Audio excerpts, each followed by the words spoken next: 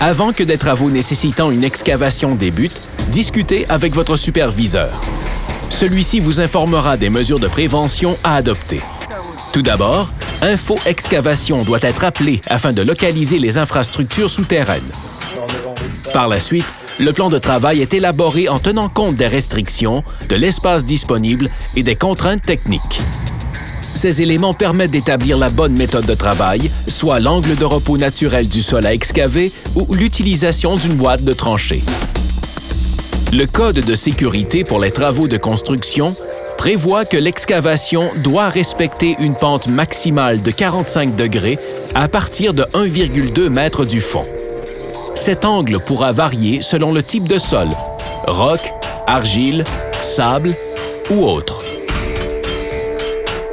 Si vous employez plutôt un caisson d'étançonnement, celui-ci devra être assez solide selon la profondeur et le type de sol. L'étaiement de bois ou l'étaiement à vérin peuvent également être utilisés. Ces derniers sont conçus et attestés selon les plans d'un ingénieur. La présence d'eau souterraine dans une tranchée augmente les risques d'effondrement. Il faut donc assécher le plus possible l'excavation et prévoir des échelles afin d'en permettre l'accès aux travailleurs. Les véhicules lourds et le poids des matériaux exercent des surcharges sur les parois de l'excavation.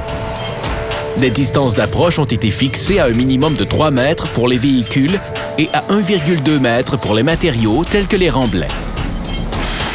Une fois l'excavation terminée, une inspection régulière doit être réalisée afin de s'assurer que les conditions de sol n'ont pas été modifiées.